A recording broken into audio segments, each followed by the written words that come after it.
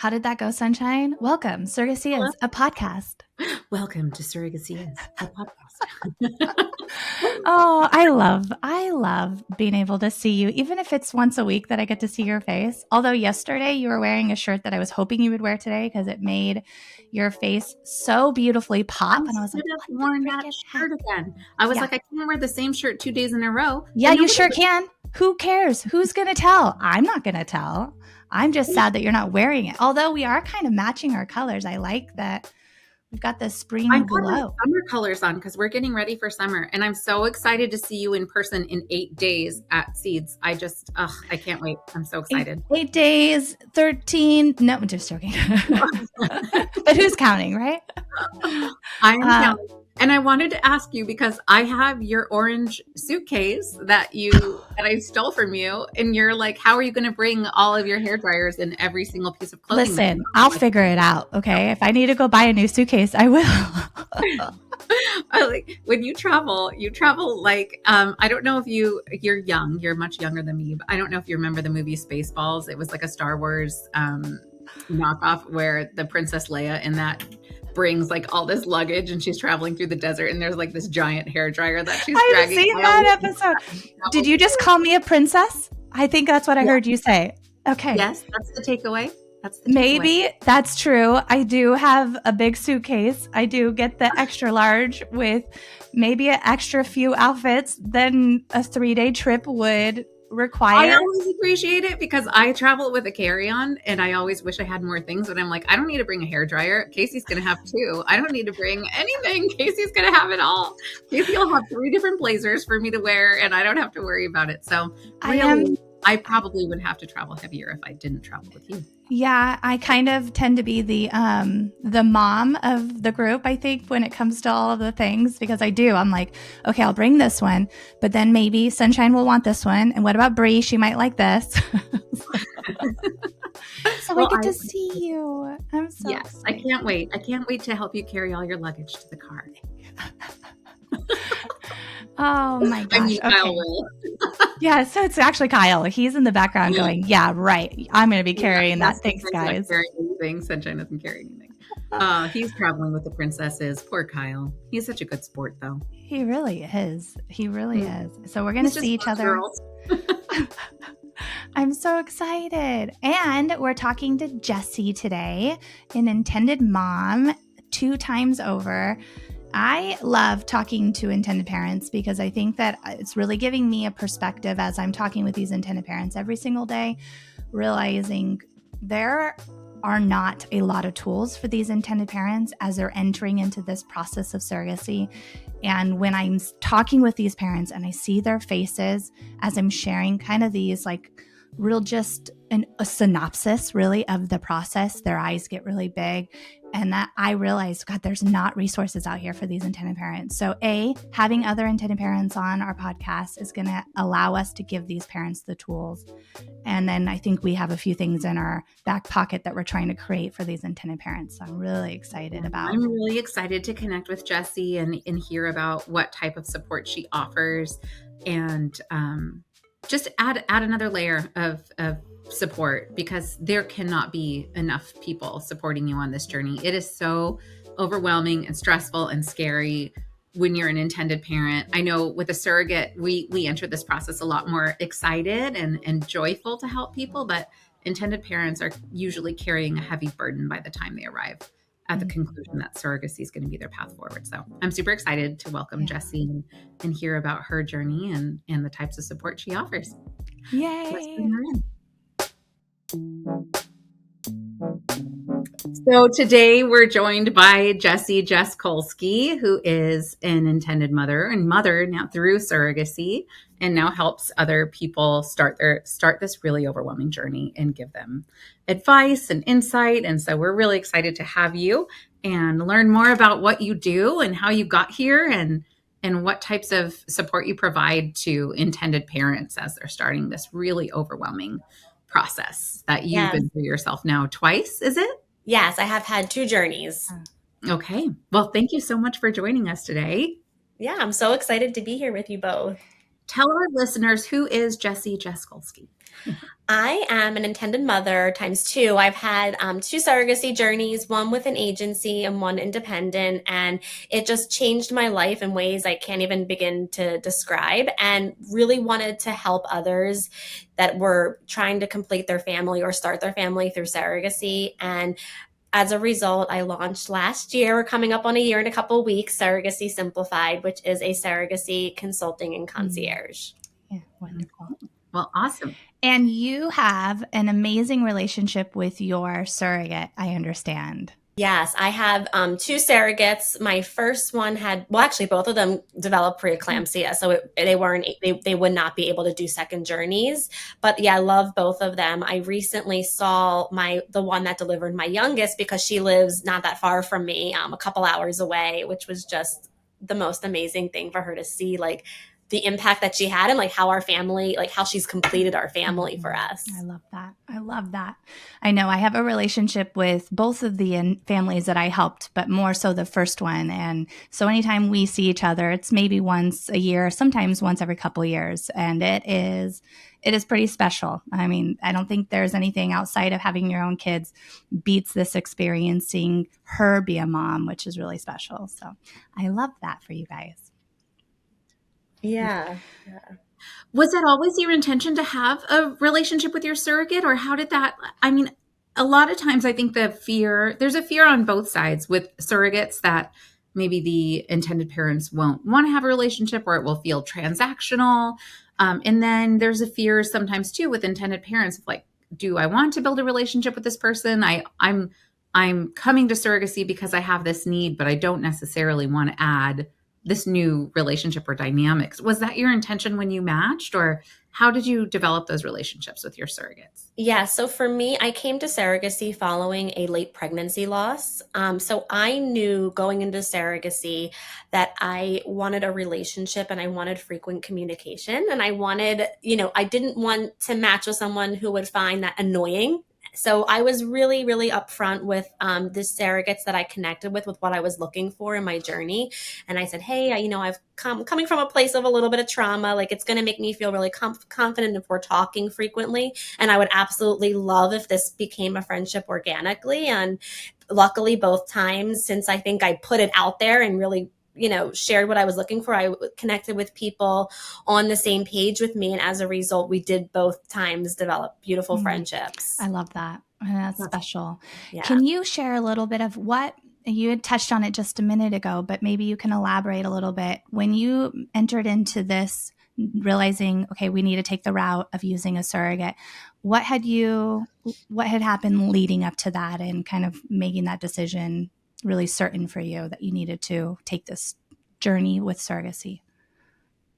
Yeah, and I will share, I was in sort of this gray area, which was frustrating. And I'll back up and explain why I was in a gray area. But as I had just said, I had a 22-week pregnancy loss. I had conceived very easily and had a very smooth pregnancy, as a matter of fact. And I lost my son, his name is Luke, at 22 weeks on my husband and I's baby moon in Arizona. We're on the East Coast in Maryland, so we were quite a bit away from family and friends. And it was just so, devastating.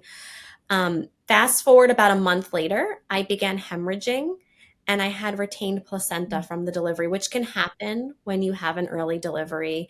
And I had an emergency D&C. And what I didn't realize at that time was the profound impact this would have on my body. And I had Asherman syndrome, for any fertility patients listening. And if you don't know what that is, it's scarring of the uterus. I was able to remove it, but it left my lining really thin. And I ultimately had these two issues: to get pregnant with thin lining and then stay pregnant past 22 weeks. And the doctors didn't really give me this black and white answer, like, yes, go through to surrogacy or keep trying. And I personally found that incredibly frustrating. And it was really Michael, my husband, and I who made that decision, that we wanted to just give our embryos the best chance of succeeding. And after a couple failed IUIs, and when we were getting ready to move on to IVF, was when we just made the definitive decision to just, if we're creating these precious embryos, like, let's just give them the best chance. Yeah. And I know that decision is an easy one. I talk with intended parents all day long, and understanding how they came to that conclusion isn't always black and white. this is the route you need to take. It's Right. and also considering what's the best route for your safety too in this process, and making sure that you're around to be able to be a mom, and knowing that it's not worth it and risking your own life through that process can be very tolling on your heart, and all of that. So I'm sorry to hear that. Can you share a little bit about what did that process look like for you entering into surrogacy, kind of navigating all of the unknowns? Yeah. Where did you go to do your research and to find out what steps to take and find an agency and do all of that? Yeah. And it's kind of funny now that I'm in the space, but I didn't do a ton of research because I go to a beach town that has a really large gay community, and a bunch of the guys that we're friends with all used an agency to have their children. And I would see them running on the beach, and it sort of felt like the safety in numbers. So I contacted their agency, and now I'm like, oh yeah, I mean, now that I'm in the space, like I would definitely recommend to my clients or intended parents, like talk to a couple agencies and do more than I did. I did some initial research and then just really trusted like this amount of people that I had seen successfully have children through surrogacy. Yeah. And did you have a good experience with the agency, or what was your matching process like when you got started? You contacted the agency, you have your embryos already created. What was the next steps? So we were just on the wait list, which I felt a little, it was tough to be on the wait list because you just don't know how long you're going to be on it, when you're going to get matched. And that is definitely nerve wracking. But, we overall had a great agency experience, I would say. They took care of a lot of the big details. I did find myself managing little things like, with our relationship with our surrogate and, travel, things like that. But overall, we had a really great experience. How long did it take for you to match with your surrogate in your first journey? So we matched within 3 months, which I thought was actually very quick. That is quick. And then our surrogate ultimately miscarried, and we had to rematch. Typically, as you both know, we would try again, but the IVF medication ultimately brought out underlying health issues. So she had to focus on her health at that point. And of course, we were devastated. And then we were matched again, but I had actually found my second surrogate on social media and brought her to the agency. Well, there you go. Okay. Yeah. That cuts down some of the wait time. That's good. Yeah, absolutely. I was nervous at the time because this was, like 5 years ago. I feel like even then people weren't using social media as much to find surrogates. And I was like, you sound really great, but can you apply to my agency? And she did. And it was a great experience. And then when you did your independent match, how did you find your surrogate? Also through Facebook. I had contacted my agency and I was thinking about doing it myself or going through the agency. And a couple of the agencies I had spoken to weren't quoting wait times. This was 2021 at this point, because of COVID. And so my husband, I said, why don't we just try Facebook for a few months? Let's give it 6 months, see if we find somebody. And if not, we'll revisit the wait and the agency. And a lot of that, I think, is truly right place, right time. If you're on these groups, you can see how many people are posting. And somebody found my post that connected me with my surrogate. So it wasn't the surrogate that read my post at first. It was somebody that read it and thought I'd be a great fit for her. Was she an experienced surrogate? Yeah. And it was. Okay. First time. Right. I think with the groups, the things that make me most nervous is knowing that going independent, there are some things and concerns potentially that you could be up against, whether it be the intended parent and the surrogate doing the necessary pre-screening to make sure she's qualified and it's safe, or really there being a step missed through that process. So how did you navigate that going, okay, what made you decide to go independent, but then also what were those steps that you took in making sure she kind of met the criteria and it was safe for her to pursue this process? Yes. So I think a couple things. The first was when I found my first journey, like when I found her on surrogate, it kind of got my confidence up a little bit. Like, I think I can, I think, I've done a little bit of this before. And then hearing the wait time, I was like, I'm just going to go for it. And then I sort of mimicked everything I had learned. So I ran a background check on my surrogate. I didn't get guidance from my agency the first time on questions to talk about. I had done some research on that during the initial intake call. So I went back to some of the questions I had written down and talked to my surrogate, or prospective surrogate, I should say, about them. And then I helped her get her medical records sent to the clinic. And there was one requirement that she didn't meet at the time, and it was BMI. And I had felt so happy with my oldest daughter that I had a less sense of an urgency than I did the first time around. And I was okay. And she was really willing to work on that piece. And the fertility clinic was comfortable with, clearing her records, knowing she was working on that one qualification. Yeah, that's great. How about the psychological evaluation and clearance and all of that? Did you arrange that? And how did that go to the provider? Yep, I arranged the providers. I used a lot of reviews that people post on groups on social media to get like my beginning information, preliminary information on who to talk to about where to go for researching different psychologists and the attorneys and all of that.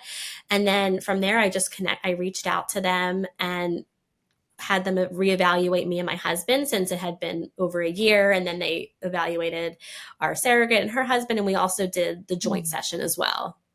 That's good. I think those joint sessions are so helpful, especially if you're doing an independent journey. It just feels like a nice extra layer of just making sure that everybody's on the same page and everybody's got the same, views on the important things like termination and, health and all those things, delivery, who's going to be in the delivery room, all of that stuff. Did you guys talk about all of that? Yes. And we did in the very beginning in matching too, because I knew I felt so strong in what I wanted with being present in the delivery room, frequent communication and, termination and vaccines. And at that time, the COVID vaccine was still a really hot topic. It's kind of decreased since, but making sure we were on the same page for all of those things. It's huge. And I was going to say, I'd love for you to share a little bit about Surrogacy Simplified. By the way, I love that name. What made you decide, okay, there's a space that needs to be filled and I want to fill it. And then what does that look like as a whole? Because I know with us and Surrogacy is when we started as really truly an advocacy group and connecting our surrogates to agencies that are doing it right, that we knew confidently we're going to take care of this journey. There are so many things you don't know. I know when I started Surrogacy, I Google best surrogate agency and you're going to get the ones that they're paying the top of the Google ads to be there, right? But knowing what questions to ask and things to consider wasn't a huge piece that I wasn't even aware what questions to ask. So I'd love for you to share a little bit about how you guys got started, how you got started, but then also what is it that you do and you're proud of and helping these parents figure this out? Because I do think it's a valuable piece. So I'm grateful for people out there who are going to step into that and offer that support to the intended parents. Thank you. So a couple things. I felt like there were so many lovely agencies out there and there's hundreds of surrogacy agencies, right? So I sort of thought we don't necessarily need another agency at the moment, but what can I do that could really be impactful for intended parents? So I have two, I joke, choose your own adventures. If you are an independent set of intended parents, what I do for them is, and I will step back and say, I do not directly facilitate matches. So if they want to go the independent route, whether it's to save money, they have someone that's come forward, I will provide all of the case management for them. So I will connect them to their attorneys, their psychologists, the escrow, the health insurance, travel, relationship management, all of the coordination that's very similar to what an agency does. And then I provide them support, as a former intended parent. So whether that's logistical, emotional, whatever they might be needing, they can text me whenever. We have weekly face-to-face meetings virtually where we sort of project manage what's going on or talk about how I can support them. And I see them through, all of my intended parents are with me for at least 18 months. So with the goal of being there through the end of the 4th trimester. And then my agency assisted folks are those who they do not know anybody that could carry for them. They don't want to try social media. So I help them match with an agency based on what's most important to them, whether some of them it's the cost of the agency, time to match, location of the surrogate. We take all of that into account and then I connect them to an agency. And then I like to describe myself as being part of the village. So all of the little details, like the agency does such an amazing job. And then I step in and help with the little pieces. And again, that support piece that they might need, almost like a quarterback, you could say, or concierge. There's so many different hats to wear to help them have a really amazing journey. And preparing the parents, I think there's a lot of things that you don't even realize you need to kind of think through and anticipate when you're going through this process. So the more people, the merrier. It does take a village, right? And I think that's the key in all this. We have a handful of concierge services that will educate the intended parents on the expectation about the agency agreement and that first consultation that they might be taking, and knowing that they're going to have background run. Those are things that you don't go into this anticipating or you're even thinking about. And then as you enter into it, if you have an additional person that can be like, hey, this is how you do it, it's helpful in that process, Yeah. This is normal. Especially somebody you want your surrogate to have life insurance, so those are things that you can kind of go through and explain to them. So I love that. And how do you choose the professionals that you work with, for whether you're sending to agencies or whether you're helping them manage an independent journey and choosing, attorneys and things like that? How do you choose those professionals that you work with? Yeah. So since I launched, I've just been networking and connecting to sort of vet and have a trusted group that I think is really amazing and wonderful. And then from there, I've connected more and more to other, attorneys and agencies, health insurance, so forth, to make sure that I have a group of people that I feel really connected to, and that I think their agency or their attorney, their morals align with mine, what their mission is and how they're operating just feels in line with my values and how I want the experience to go for intended parents. And then do you have a list of agencies that you work with, and what is that typical wait time for your intended parents if they go the agency route? It depends. It would default to what the agency's timeline is. So for some of, I was saying earlier, some of them, they might want a really lower cost agency fee, but then as a result, there's more intended parents on those wait lists. So those folks might wait a year, where I have other people that might be able to have more money allotted for the agency part of their journey. And some of those agencies have a shorter wait time, like 3 months, 6 months. So it really, really depends on what they're prioritizing in their journey. That's so good. And how much of a volume of clients are you able to support right now? Do you have a full caseload, or when do you know, okay, this is more than I can handle effectively at the quality of care that I want to provide, and I'm going to need to grow? Or do you have plans for growth in your future? Yeah, I would love to grow and have a team. Right now I'm a one-woman show. And it's so interesting. It's probably one of the questions I most frequently asked, and it's so hard to give a number, because the work fluctuates depending upon where the intended parents are. And I'm sure you guys have this discussion when you're hiring coordinators in their journey. If everybody's pregnant, you're sort of just managing a pregnancy as opposed to the beginning, where you're really coordinating escrow and health insurance and all of the medical records. Wow, that's a lot. It really depends. I think 10 to 15. But like I said, if everybody was pregnant, then I could certainly take more. So it's just I think it's hard to give an exact number. Yeah, when your flow is. And then if you do get to a point where you realize there's a bigger need, do you plan to expand your team and have somebody join you? That's exciting. Absolutely. That's always scary and fun. Yeah. I know our team, when we first started, we were really just wanting to connect with women who were interested, curious about being surrogates. And it was me and Casey, and my husband, Kyle, did all of our marketing and IT and everything. And he still does now, but now our team is up to 34, I think. And it's just mind blowing to me that it's grown so much. I love that. It's so inspirational. As a woman, small business owner, I love that. And just, I'm excited to also take on that kind of a growth. I never had intentions of that kind of growth. I think Kyle always did. Kyle dreams really big, but it's crazy how much of a need there is, because there are a lot of agencies. Like you said, there are hundreds of agencies. There are so many different professionals involved in this space. And everybody has such a different, unique need in their journey of how they're going to feel supported. So there's definitely room for growth and for more people to help and add support. But I do think it's really important that people are mindful about, what they're getting into, to make sure that they're trusting the right professionals, because there are a lot of agencies out there that we know that are they might look really great on paper, but they're really not great. And it's scary to make sure that that you're sending people to the right place, because it's not just a professional liability, but also a personal moral obligation Yeah. to serve Absolutely. well. And it's Well, really nerve-wracking. How do you balance that? Because it is a lot of emotional support, I'm sure, that you're providing to intended parents. There's so many fears, there's so many unknowns, there's so much anxiety and trust. How do you help manage that for your clients? I've found that the frequent check-ins are really beneficial for them. And even if it's just like sometimes it's as simple as like a text, like, hey, I know this is coming up today. How are you feeling? And I think them knowing that a former intended parent is on their side and made it through to the other side, I think is really, really helpful. I've gotten a lot of clients that have shared how nice that's been to have someone who's been in their position.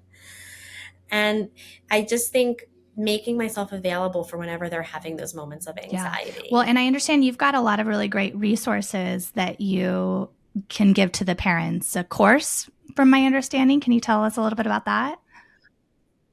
I actually don't have a course, but it is on my growth plan. I think that would be awesome. I definitely do plan on doing that, but I have a free ebook at the moment. So you may have seen that. And what I was thinking is, I know how I felt in some of those initial calls with, whether it's the attorney, the psych, the agency, like your head spinning. And I wanted them to have something they can refer back to and read. So almost like a 101.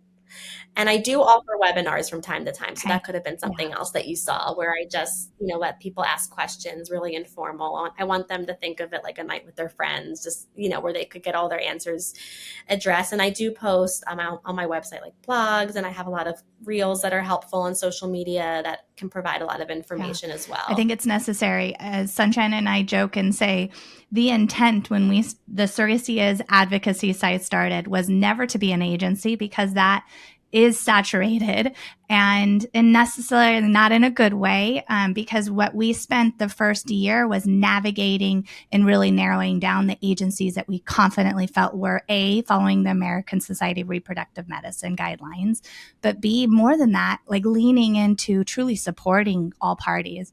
We have, I think, really nailed down what it looks like to support the surrogate and giving the surrogate education. But in those last 3 years of really being the advocacy side of the program and referring to our partner agencies, we would constantly go coaching these agencies and giving them guidance, and really realizing every single time I would say, if we were an agency, we'd be doing this. And if we were an agency, we would offer this support. And if we were an agency, we would create this in our program.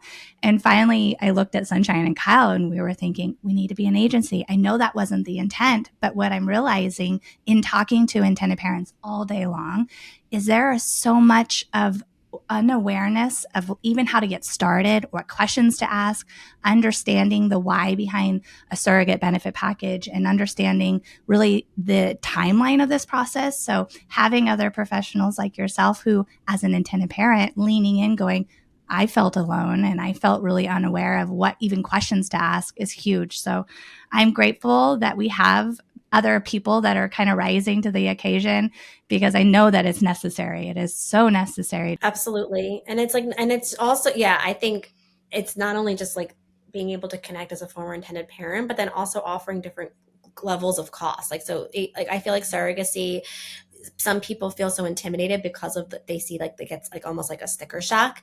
And, this gives them, okay, like I could do independent, but still get the case management that I would have liked. Or somebody that's really, really busy might say, hey, I need you to help me pick the agency. I need this emotional support and I want you part of the teams. Like there's sort of like something for everybody depending upon what they're able to do, and just helping make surrogacy less cost prohibitive too, I think is important. Do you help intended parents find any like modes of financing or things like that to manage the cost? Yeah, so I have a resource list where they can see different financing options and grants. I actually have one client right now that just was one of the grant recipients of Baby Quest, which was really, really exciting. How cool.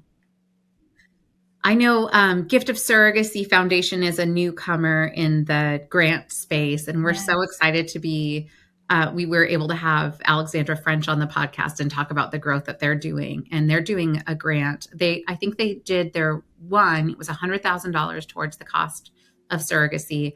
And it was just really localized in Georgia, but I think it's expanding now to go all around the US. And they're able to raise more, so they're going to be able to do more grants. I don't know if are they on your radar at all? Yes, I've connected with them. They're really lovely. Yeah, I'm excited for them to grow, and you can encourage your intended parents to apply for them when they're ready with embryos and things.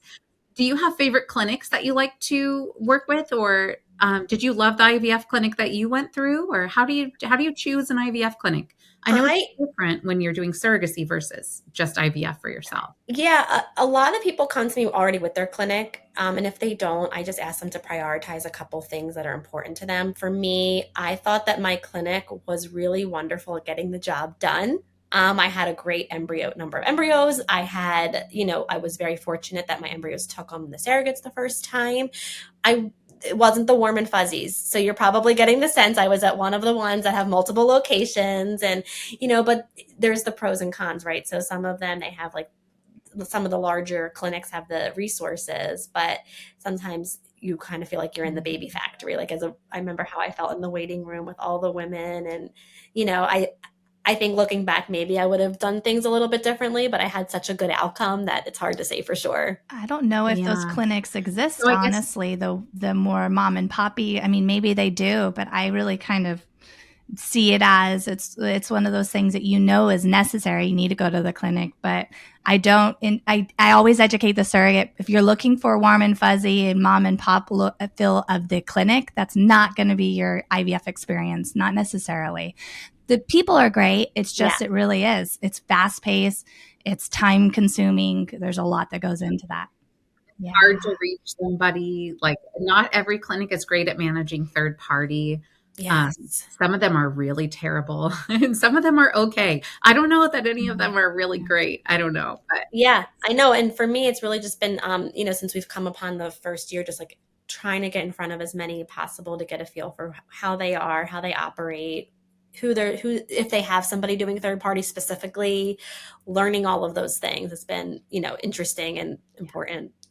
Yeah. And getting in front of those people is hard too, because those third party coordinators are so busy. It's so hard to connect with them. I think that they are and it's easy to become frustrated with them, but they're doing so much. And so I try to remind our surrogates that because they get annoyed. They're like, I sent this email. I left these voicemails. I'm not getting a reply.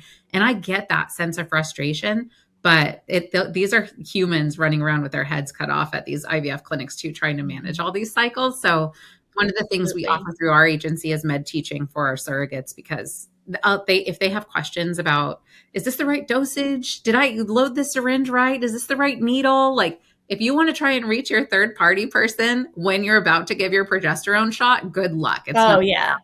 So we have that med teaching as a service that we offer, that they have access to text and call a nurse who's licensed that can give them coaching and guidance. And I think that's a huge help.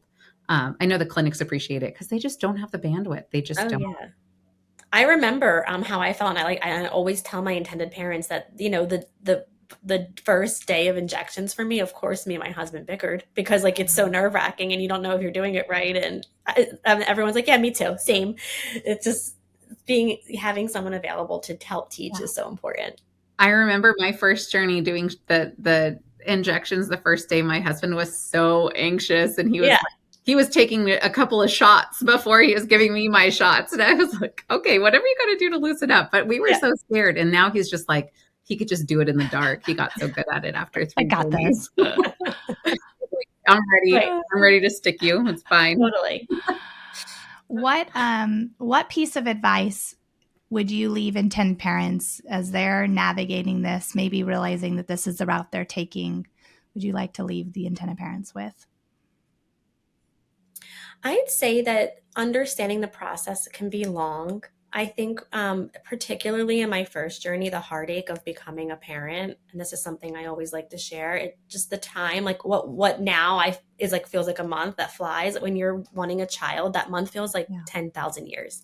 And just, I think going into it, knowing that the process is not, quick, and that you're going to have all of the support, and if you not to give up really, are just some of the key takeaways when you're getting ready. And to do your research. It's a good one. Yeah. And but where? How? Right. How do you make sure you're doing the right research? I know. And it's like a balance between research and not getting into a rabbit hole. And that's why I love that I have that ebook, because then that gives them something that they can refer to and like begin the research without feeling like they were spiraling a little bit on Google, or like we were talking earlier before this started, the spicier Facebook groups where people can get a little intimidating. Yeah, and sometimes people are giving information that's not true in those Right. Facebook groups. So Facebook isn't necessarily the best place to do your research. You might want to connect with professionals, and even talking to multiple agencies, reaching out to mental health professionals in the space and attorneys and things like that is probably a good route to go rather than Facebook. I think if you're doing your own research, it's really easy to go down a rabbit hole where you're doing research that has proven to you that the earth is flat, like it's really easy to go the wrong direction when you're doing your own research. So I think starting talking to somebody who knows what they're talking about. Well, and when we talk with intended parents, one of the things I want them to reach out to a couple agencies, and I always tell them, I want to give you tools to put in your toolbox to prepare for this process. So questions that you should be asking are, how do the agency pre-screen that surrogate? What are those necessary steps? Do they allow the surrogates to hand them the records and say, here we go, I want to be a surrogate, here are my records? Or are they going to the OB and the hospital to collect those records and make sure that we have them in its entirety so that we make sure that it's safe for this person who's considering surrogacy? Or how many case managers is your journey coordinator going to be managing? Is she going to be managing a small caseload where then you're not feeling like a number and your questions can be answered?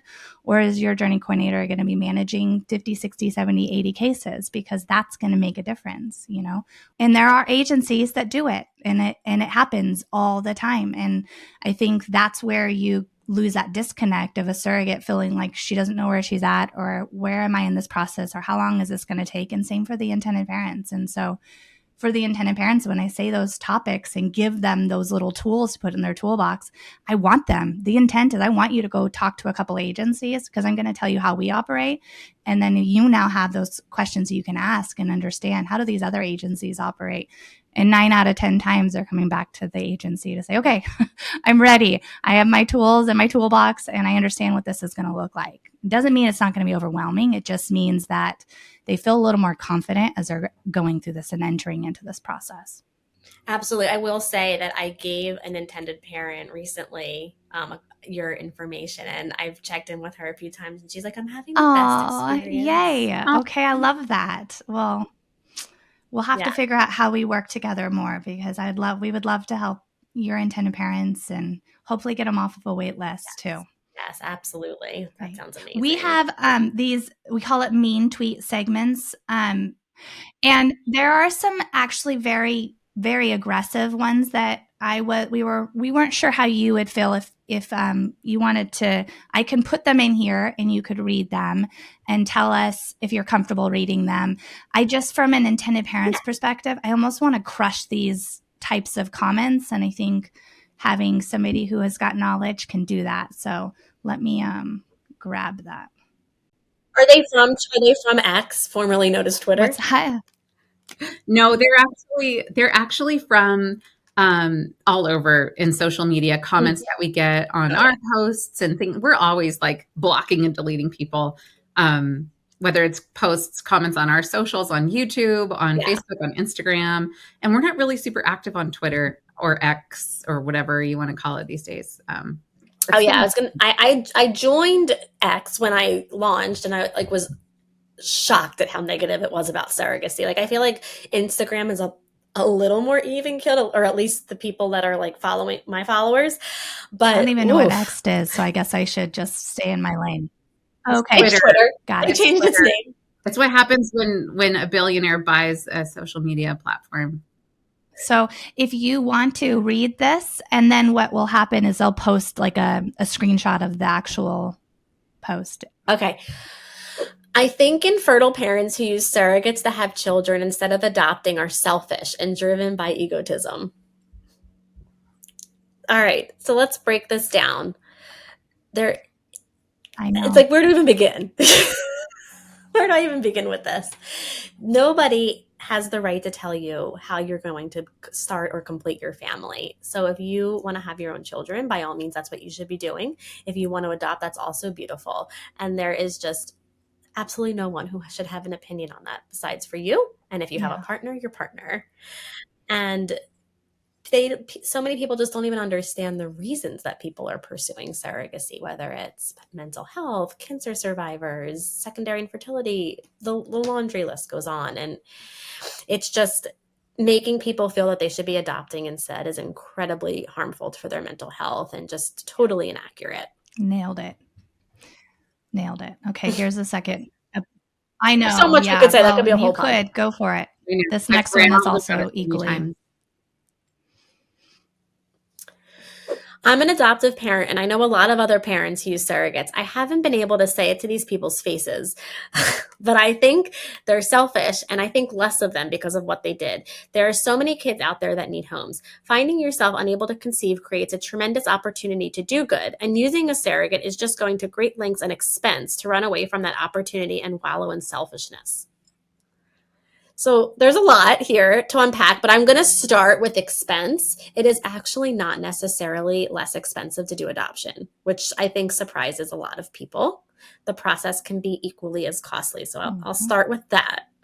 And again, it's just, I always wanted to be a mom. I played Barbies, and was the mom. I played, it was just always mom. That was probably like one of the things I was so excited in life to do. And I wanted, for me, that was important to have a biological children. And I just don't feel like it's anybody's business if that is how I choose to complete or start my family. There are so many things to consider with a child that has been adopted. Has that child gone through anything themselves? And are you equipped to manage maybe some of those horrific situations? Yeah. And I agree. There's too many things to really get into, but it's just ignorance, in my opinion, to make a statement like that without really understanding the why somebody might decide to use surrogacy and not go down the rabbit hole of adoption.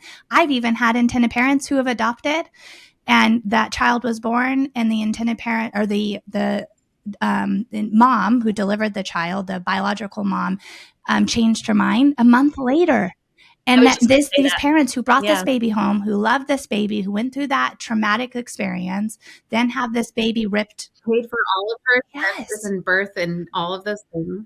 Have to give the baby back. That's like, I can't even imagine anything. That this is a tangent, but that almost happened to my cousin that, I guess I should say my aunt, where she was adopted and they almost took her back and they had to fight really, really hard. And eventually they were able to keep her. And having the control. So that same family that had that situation didn't give up on this, then went and found another child to adopt and were beholden to the woman who was carrying the child after they were asking for more money at the very end for the said medical bills that didn't exist. And then basically the intended parent or the woman carrying this child said, well, then I'm not going to adopt this child to you. And I've been on drugs this entire time.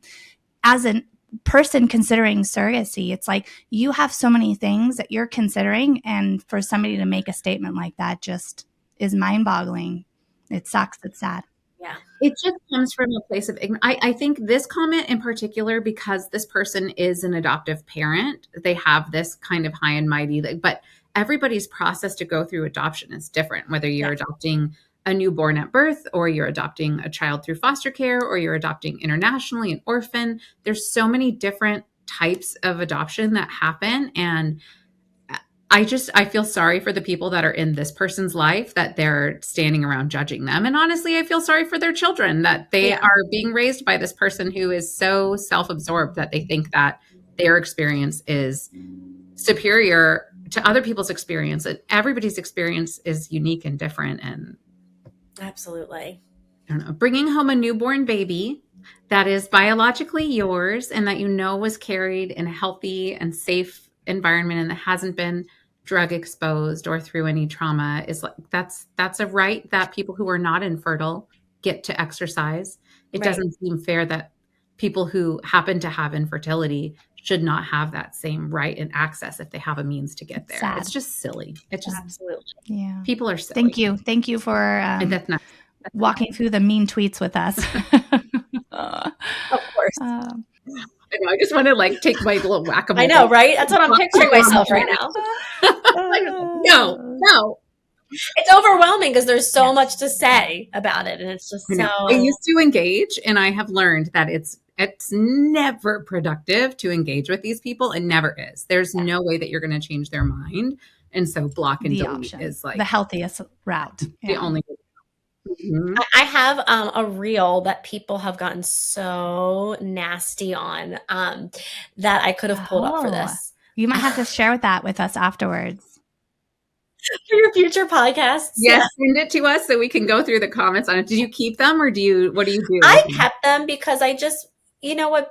I just figured I'm not giving it any air. I'm just not. I'm ignoring it. They don't deserve my time, and I'm going to keep putting out. And honestly, it's even given me ideas on other content to create to dispel and the different surrogacy myths. Because clearly there's a lot too. Yeah. I can't argue with you, but I can put some more facts into the in air, so people can hear another more accurate perspective from someone who actually knows what they're talking about. Exactly. Thank you so much, Jessie, for being on this with us and spending an hour. These are my favorite. We don't have enough hours in the day, I feel like, when it comes down to the wire, but every time afterwards, I'm like, I'm glad we did this. It's good. So thank you for spending this time with us. Thank you so much. It's such a pleasure to meet you. You too. Bye.